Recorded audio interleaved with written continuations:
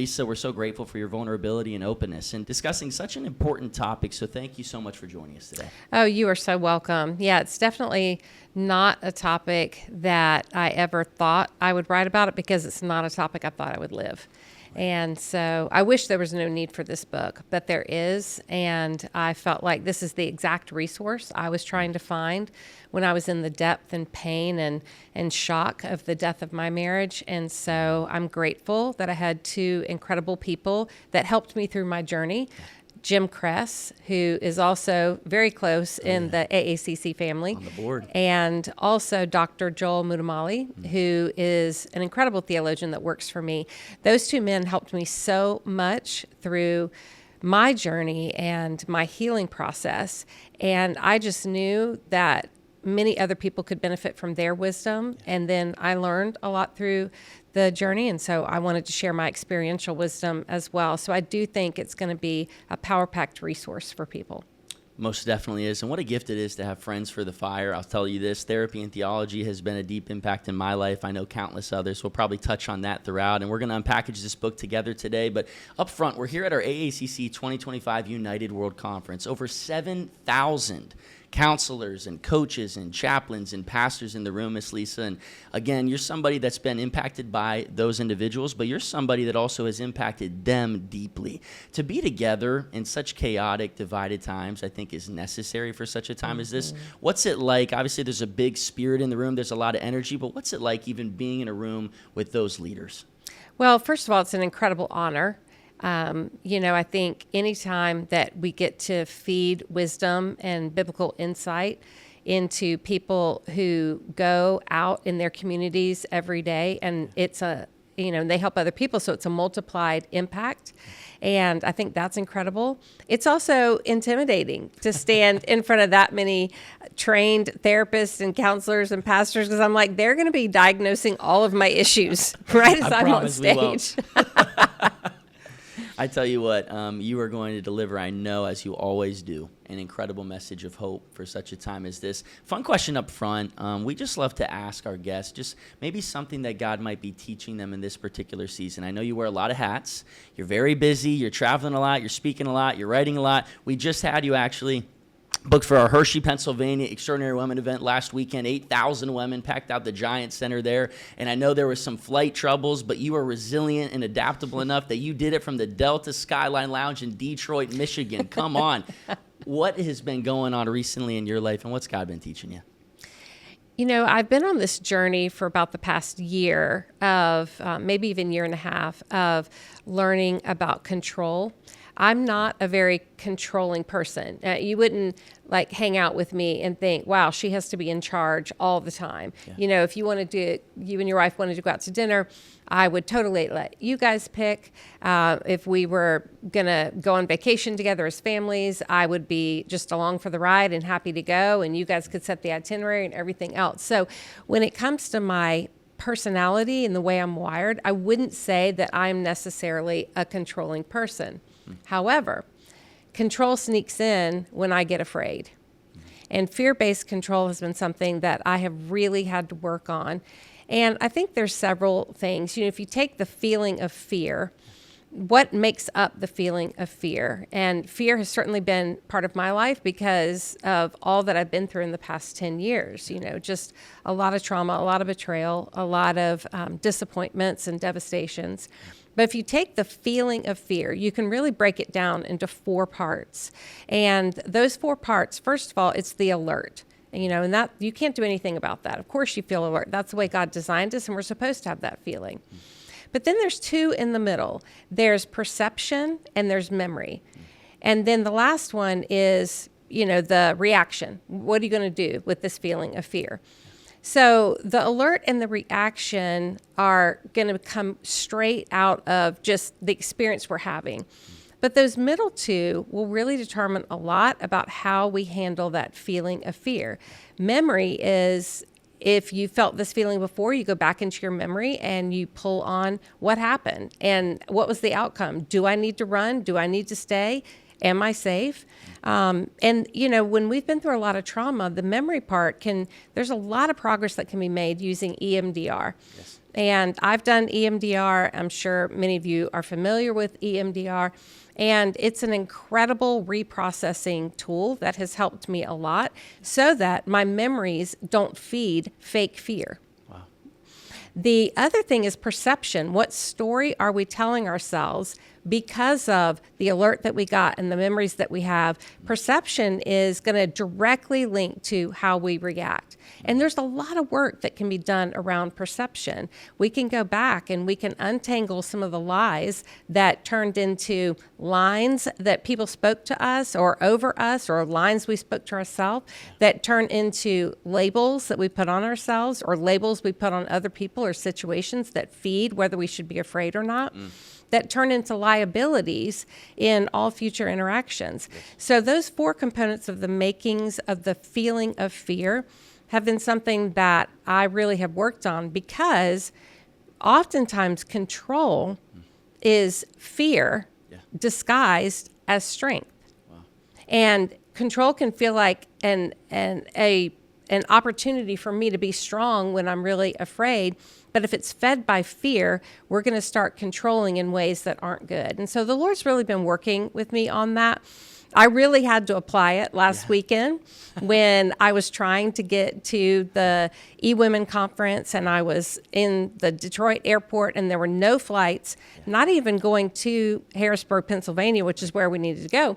But there were no flights in any of the surrounding cities. I mean, it was really an opportunity for me to ask myself, am I going to live this message? Because I wanted to demand the outcome that I wanted. Right. And I wanted to pitch a fit. I wanted to demand that somebody do something about it. But the reality is everybody was doing their job. It just became a physical impossibility to get me there. And so I had to release control and pivot. And if I would have stayed emotionally stirred up, there's no way I could have pivoted and presented through Zoom to the, 8,000 women that were there. Women. Yeah. And so here's the telltale sign that we're caught in fear-based control. It's when we say, I am only willing to accept the outcome that I think is best. Instead, we should trust God with that situation and be responsible. We need to be responsible, do everything we can do toward the outcome we think is best, but in the end, leave the ultimate outcome to the Lord. And our only control we're supposed to have in those scenarios is self-control. Wow. Lysa, I tell you something, when you're talking about anxiety and fear in this controlled life, a lot of times the word that comes to mind is rumination, right? The best definition I've heard for rumination is the pathological obsession with one's pain, where I just get so fixated on this and I'm trying to control everything. The one thing an anxious person wants more than anything else is control. And oftentimes, the antidote to rumination is meditation, remembering back to who our God is. He's the same God yesterday, today, and forevermore. He's the God who's done it before and is the same God that will do it again. That then catapults us into a future of the unknown with confidence. And so recognizing what you're getting at here, again, not trying to live that controlled life. The last time we sat down together, my dad and you, I think back in Tulsa back in March, for our first eWomen event of 2025 for that Mercy and Grace tour, we talked about, I want to trust you, but I don't. How to build trust back up with the Lord, how to build trust back up with people, especially after you've been hurt and deeply wounded in relationships in life. We talked about forgiving what you can't forget. But today what I want to dive deeper into is maybe the experience that you had in the trial and the tribulation that you had to endure and walk through as some of those books were pouring out of your heart. Mike Tyson puts it this way: everyone's got a plan until they get punched in the mouth. I think that plan and what ended up being a punch was an unwanted divorce. And you wrote this new book, Surviving That Very Thing. If you would, take us back into just those moments. How deep and dark and difficult was that season of life? Well, it was very dark. I went from living a life that I loved and that I thought I could look into the future and feel so safe because I could kind of predict not everything that would happen, but basically how things would be. You know, I felt like I had a wonderful family, a stable family, a healthy family. We had checked all the boxes. We'd gone to the marriage conferences. We had read the books. We prayed together. We were going to church together. We were teaching and leading Bible studies and small groups and helping counsel other people with their marriages. So when I tell you it was one of the biggest shocks of my life, it really was. My then husband was leading a complete secret double life, and I just was absolutely stunned. Now, looking back, were there signs? Yes. But as a Christian wife, I really wanted to believe the best at all times. Yeah. And so I would override some of the discernment that I had because it wasn't so obvious. Right. It was like little subtle things that you could easily attribute. If you're wanting to like really think the best of someone, you can attribute those to, oh, well, things are stressful at work. Well, things are stressful because we have 5 kids and many of them are transitioning out of the home and into college, and now they're dating seriously and eventually about to get married. And, so there was a lot of change and transition in our home. But when I found out what was going on, I think there were 2 reasons that the whole situation became incredibly traumatic. Just discovering the betrayal of a husband is horrific. But the second part is I could never get any more information about the situation that he was in by him disclosing it. It was always that I had to discover it. And that's just a really hard road to go. It most definitely is. And I appreciate your vulnerability just in even being willing to share this. I was just telling you before we pressed record that I think this might be one of the most impactful books you've ever written, because I think it's a topic that the church doesn't do a very good job of unpacking and describing, because a lot of people feel shame around this very thing. I'm interested, just for a moment, what would you say to somebody out there that's listening that might find themselves in a toxic marriage, that might find themselves being wounded time after time, and they're thinking, but God hates divorce, right? There's no way out. I have to endure this, Lysa. What's just a message of hope in the middle of this conversation that you might offer that person? Yeah, well, you talked about sometimes the church doesn't know what to do with divorce, and understandably so. Yeah. I don't know that a lot of pastors have the desire to sit down and do an entire biblical theology where we peel back all of the context and, going back to the original language of Old Testament, New Testament, what does the Bible actually say and not say about divorce? So I have a lot of compassion on pastors because, they've got the next Sunday sermon to preach. They've got, many, many other topics that apply to the whole congregation. Yeah. And so it's interesting that you brought up Malachi 2:16, God hates divorce, because that does seem to be a verse that has been weaponized. It's probably the one verse that most Christians know about divorce. And because that verse seems very specific, then it feels like there's not a lot of wiggle room for interpretation there, right? And so when that verse is weaponized, it becomes a double shame to someone who's walking through an unwanted divorce. You already have the hurt, heartbreak, and the shame of now I'm facing a divorce that I didn't ask for, that I didn't want.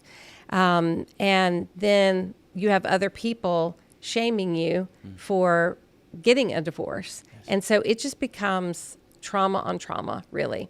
So let's take a look at that verse, because we do this in Surviving an Unwanted Divorce, and I think it's really important. So if we go back to the King James Version, that's where we find that the translators, interpreters, put in God hates divorce, that version in the King James language, right? But the King James Bible was not the first Bible. In order to really go back to do some work around the original languages and what the original writers really intended, we have to go all the way back to when the Hebrew Bible was interpreted or translated into Greek, and that's the Septuagint. In the Septuagint, we find that the object of hate is really important. Now, obviously, a lot of theologians look at this, and it's a hard passage to interpret. But the direction of hate isn't from God to the people getting a divorce. That, I think, is an incorrect interpretation and translation. What now a lot of theologians have put in Bibles, for example, my NIV doesn't say God hates divorce. It uses what I feel is the much more correct interpretation or translation. And it says, when a man hates and divorces his wife, he does violence against the one he should protect. Thus says the Lord. So that's a big change from God hates divorce, right, which can be interpreted God hates people who get a divorce. God hates the decision to divorce, And while I do believe God hates what divorce does to people, I think we have to be really careful not to weaponize verses that we know a little bit about without really unpacking the full theological meaning so that we're not hurting people with scriptures. I think a big piece of divorce that often doesn't get talked about enough is that of the grieving process, because there's loss, right? Because life isn't the way it's supposed to be. This isn't what I expected. This isn't what I signed up for. And so when we navigate grief, it can be messy. It can be difficult. And I know you've described that process as trying to keep or hold yourself together in the midst of it all. I'm thinking about somebody, I'm looking at you as a leader, somebody that led Proverbs 31 ministry throughout the entire thing, someone that probably had to keep a smile on her face and be professional in everything that she did. But man, sometimes it can feel like you're imploding from the inside out. Oh, yeah. Lysa, talk to me about just that season, what that was like, holding yourself together in the midst of just a messy season of life. Part of the holding myself together part, I want to be honest, was acknowledging I can't hold myself together, yes, and that brokenness was going to be part of the journey. Yeah. Therefore, I did have to take time off. I had to take a step back, not because I was disqualified from ministry, but because I was emotionally and physically exhausted on almost like a soul level, And so I do think that giving yourself permission to experience those emotions and not try to hyper spiritualize, over them, not pushing yourself to just stuff it behind you, put a smile on your face and keep walking. I think that's important. I also knew that I needed help. This was beyond what I could just do on my own. And so I was so grateful that I had amazing connections with counselors. Jim Crest became a vital part of my journey, like I said before. And so I also surrounded myself with people who either knew brokenness, maybe they didn't go through a divorce, but they'd been broken at some point in their life. Yeah. So they had a different kind of understanding of what to say and what not to say, but also who were biblically wise. And then I also found people who were ahead of me in this journey, other women who had gone through an unwanted divorce that were godly and that were determined to heal and move forward in their lives. So having people around me was a big part of holding myself together. Yes. I think one just practical thing that if anyone's listening and you're in that space where your marriage is falling apart and you're staring at divorce papers, or maybe you've just been through a divorce, or maybe the divorce happened years ago and you're looking back on it. One, from a practical standpoint, one thing that I think is really important is that when we look back, that we are honest with what we experienced so that we don't look back and romanticize all of the good parts of the marriage and make those big while minimizing all of the hardships of the marriage, because that's a real temptation. Yes, it is. And it's not that we don't want to have good memories. I still have good memories, and even if I was the only one telling the truth, those memories were good and those memories were mine and I was fully participating. So I'm not talking about going back and rewriting history to diminish the good memories.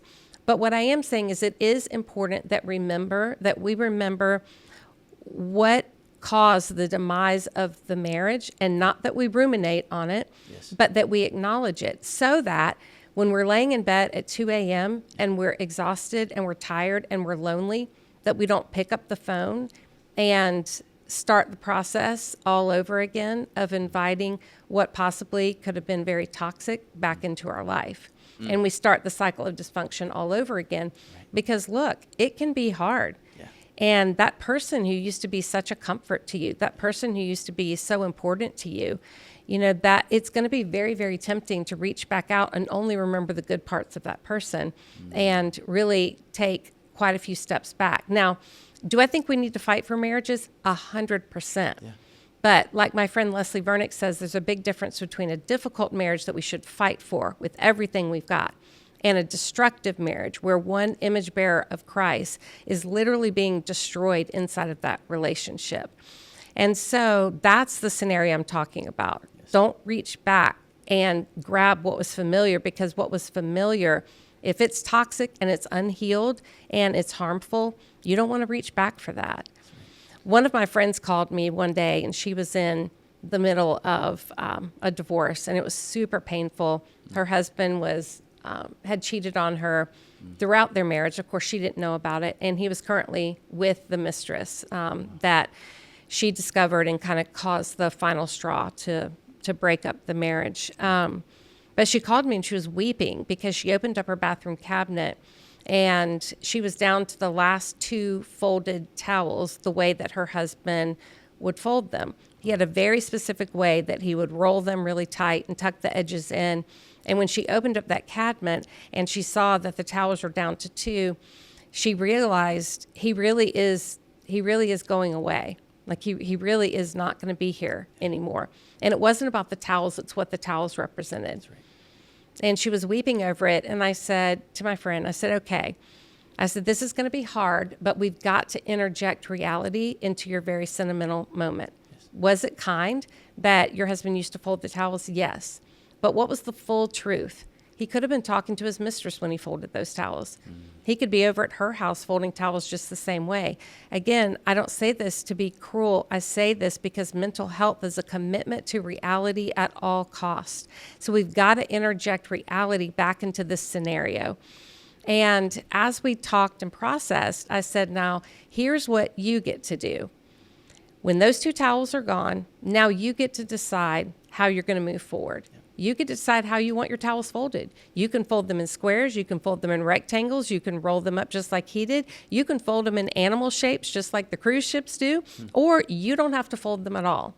But now you have agency to move forward. And so don't let those folded towels from the past hold you back. Mental health is a commitment to reality at all costs. That's a word, my friend. You're listening to Life, Love, Faith, and Family. I'm Dr. Zach Clinton, here with a dear friend of our ministry, Lysa TerKeurst, best-selling author, speaker, and president of Proverbs 31 Ministries. We're talking about her brand new book, Surviving an Unwanted Divorce, and how God meets us with comfort, truth, and hope in the middle of life's deepest pain. Lysa, I wanted to ask the question. I'm just thinking about people that might be navigating a similar situation or a similar season. And I know this. Sometimes people don't know what to do, like you mentioned, and they don't know what to say. And I would love to ask, was there anything maybe that was said during that time that was maybe a little bit more hurtful than it was helpful? Because I want to give us some language and some verbiage to begin to use with people maybe navigating a divorce or a season of loss. So that way, again, we can be more beneficial than detrimental. Well, one thing is I would recommend getting copies of Surviving an Unwanted Divorce to those people who are potentially speaking to the one getting a divorce, you know. And again, I think there are many well-meaning Christians whose intention is to save the marriage, and that is an honorable pursuit. Right. But we've got to peel back the curtain and look at what's really happening behind closed doors, because these are the kind of situation that I was in and the kind of issues that many, many, many women are facing when they're walking through an unwanted divorce. They are more than just garden variety hardships in a marriage, right? These are deeply devastating, hurtful, abusive situations that it would be absolutely wrong to force someone to feel like they have to stay in a marriage where they are getting destroyed behind closed doors. And so I just think we have to be careful. I think we have to call in professionals. Just the average person isn't going to understand the dynamics of narcissism and other personality disorders that are feeding into this situation, or unhealed past trauma that, whoever is causing the hurt in the marriage, because it can go both ways. Yes. Sometimes it's a woman getting destroyed. Sometimes it's a man getting destroyed by their spouse. So it does go both ways. But I just think sometimes we have to recognize where our help to that person is limited, and not say things that we're trying to be helpful, but in essence, we're really being hurtful. Right. One of those statements is, there's always two sides to every story. And my response to that is, this isn't a spectator sport. Why are we picking sides? There's a family on the field getting destroyed, and you're going to try to pick sides or figure out who said what and who did what. This isn't the time for this. The one who's being devastated needs to be helped, and they need to be helped right now. So get a copy of Surviving an Unwanted Divorce and read it alongside your friend who's walking through this very traumatic season. Such a powerful word. I want to shift the conversation here for a moment, because we talked a lot about the hurt, but now I just want to talk about some practical steps toward help, toward hope, and toward healing. You mentioned Jim Kress, you mentioned Dr. Joel, and obviously I know that they've been good friends of yours, buddies, battle buddies in the midst of a trying time. Yes. I would love to hear just a couple of beginning steps for somebody that might be experiencing an unwanted divorce. What are some things that they can maybe be doing today? The next best step for them to get this healing journey going. Well, acceptance became a very big part of my journey. And acceptance doesn't just have to happen at the end stages of grieving this, because I've seen before where it's like all these stages of grief and then acceptance is at the end. Right. I think acceptance can happen in the midst of the process in micro decisions. Right. And what I mean by that is, one thing at the beginning that I think a lot of people struggle with, especially when there's been a betrayal. And this can be a financial betrayal, sexual betrayal. It can be emotional betrayal. It can be physical abuse and betrayal. So there's a lot that plays into that kind of betrayal. But oftentimes the one who's been hurt, they want all the answers. Yep. They want to know why this happened. How long is it going to hurt? When am I going to feel normal again? And they want to dig back into the past. Like, what could I have done differently? What did I miss? How did this happen? And I think those answers are very understandable, but chances are we're probably not going to get all those answers. And we can spend our whole life looking back, trying to figure it all out. Yep. But like Jim Kress once told me, Lysa, when you try to make sense of something that makes no sense, you will lose all sense. So we don't need to go back. We need to just kind of accept it is what it is, and realize I'm never going to understand some of the choices that my ex-husband made. Right. Even to this day, I'll find myself sometimes in a counseling session with Jim, and I go, how in the world could this be? I just don't understand it. And Jim goes, really? Really? Based on everything you've been through, you can't believe that this is happening? Because I believe it. It makes perfect sense. It lines up perfectly with all the other behaviors. When Jesus was in the Garden of Gethsemane in Mark chapter 14, right as he's about to go to the cross, he is feeling overwhelmed. The scriptures say that Jesus says, I'm overwhelmed with sorrow to the point of death.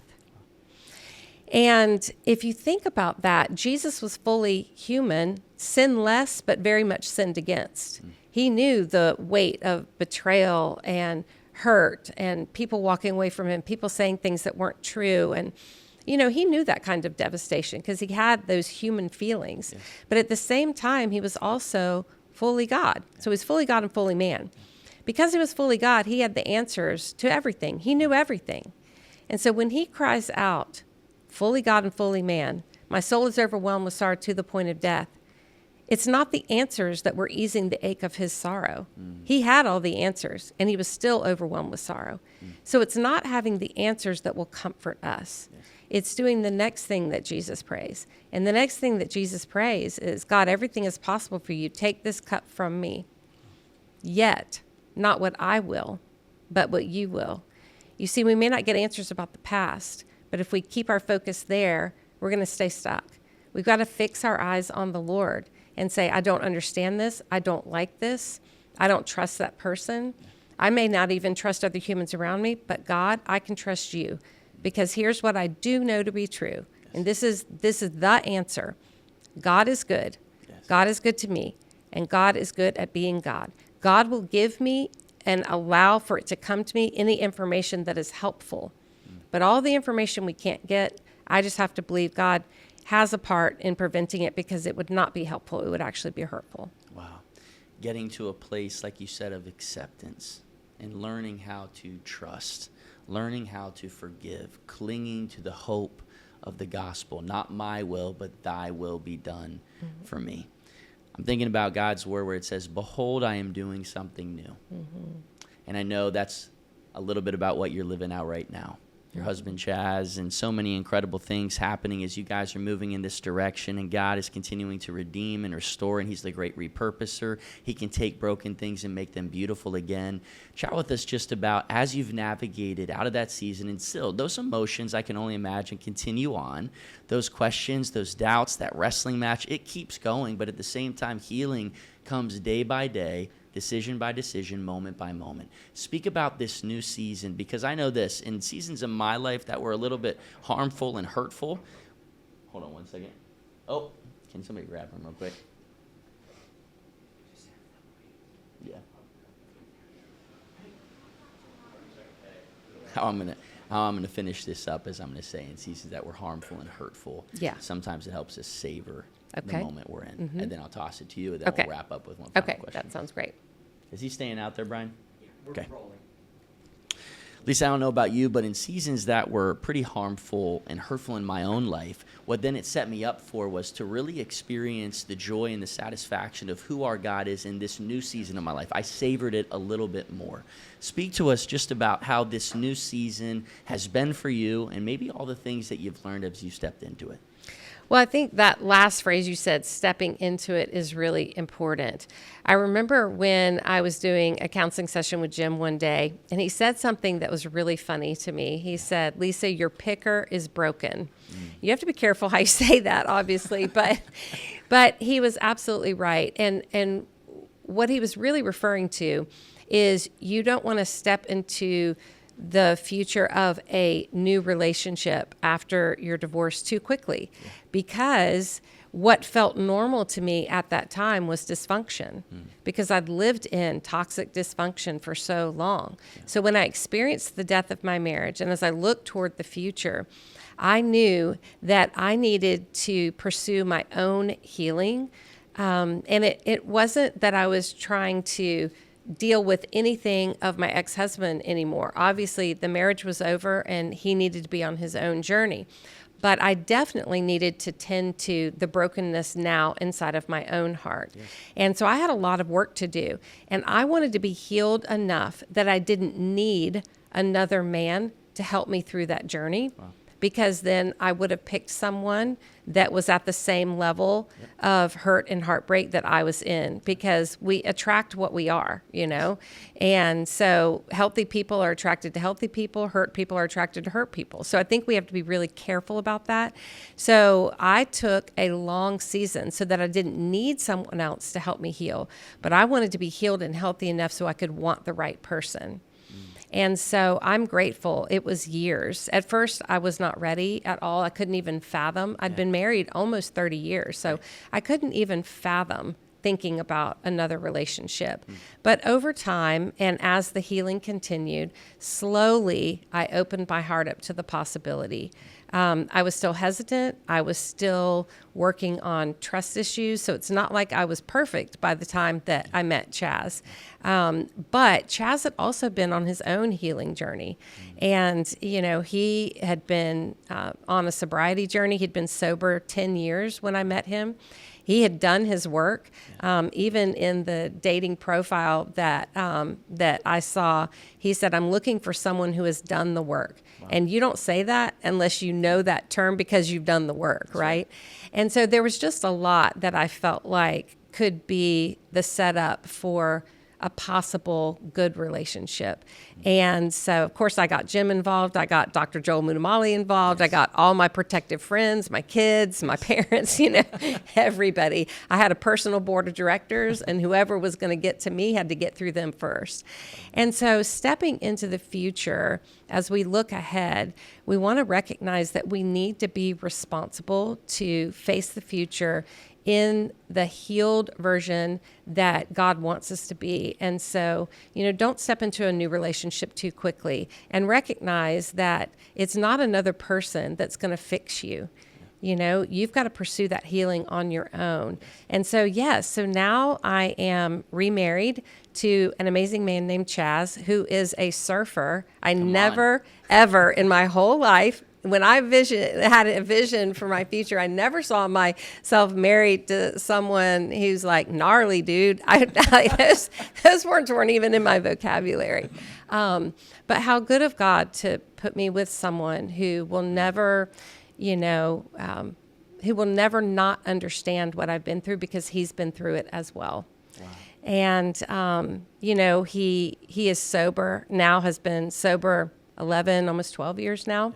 And I didn't realize how important that would be, too, that he doesn't touch alcohol. Now, obviously, he continues to pursue his own healing so that he can stay in that healthy place. But I'm just really, really grateful that we together now are at a place where we can pursue health and healing as we step into the future with great joy and anticipation. And I'm so, so grateful. Sometimes God does do a redemption in reconciling couples. Yes. I wanted that to be my story with my ex-husband, but it was not. And sometimes God rescues people, and I do believe God rescued me.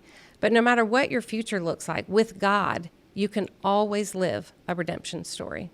Always live a redemption story. My friend, you've done the work, and how I want to just close up and wrap up this conversation is just a final brief word of hope to the person out there that's living maybe a discouraged life.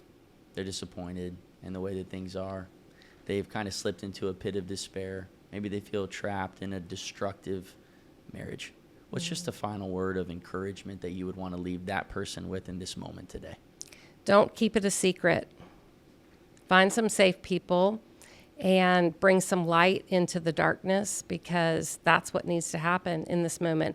And I don't mean go tell everyone what you're facing at home, but go tell a few safe people, especially if you can find a good Christian therapist. And I know AACC has a lot of resources that you can help people with if they go to your website. But don't go at it alone, because this is going to be one of the hardest things you've ever faced. And we are as sick as our secrets. So don't be someone else's secret keeper. We can hold things private for the sake of healing, but we don't want to hold things secret and allow continued hurting and trauma and toxicity. So don't go at it alone. Tell someone. Don't keep it a secret. Suffering thrives in silence. Healing can't be found in hiding. We need friends for the fire, and we need to remind ourselves that God is always the fourth man in that fire as well. Lysa TerKeurst, my friend, on behalf of my dad, Dr. Tim Clinton, all of us here at the AACC and Life, Love, Faith, and Family, just thank you so much for your time. Thank you for your boldness again in writing this book and this resource. Where can our audience go to find out more about you, but also to pick up a copy of this book releasing November 11th, Surviving an Unwanted Divorce? Yeah, the book will be available wherever books are sold. So wherever you typically get your books, that's great. It'll also be available on my ministry website, proverbs31.org, so you can go there. Or you can find me on Instagram at Lysa TerKeurst. Lysa, my friend, we love and appreciate you. Thank you for joining us. Thank you.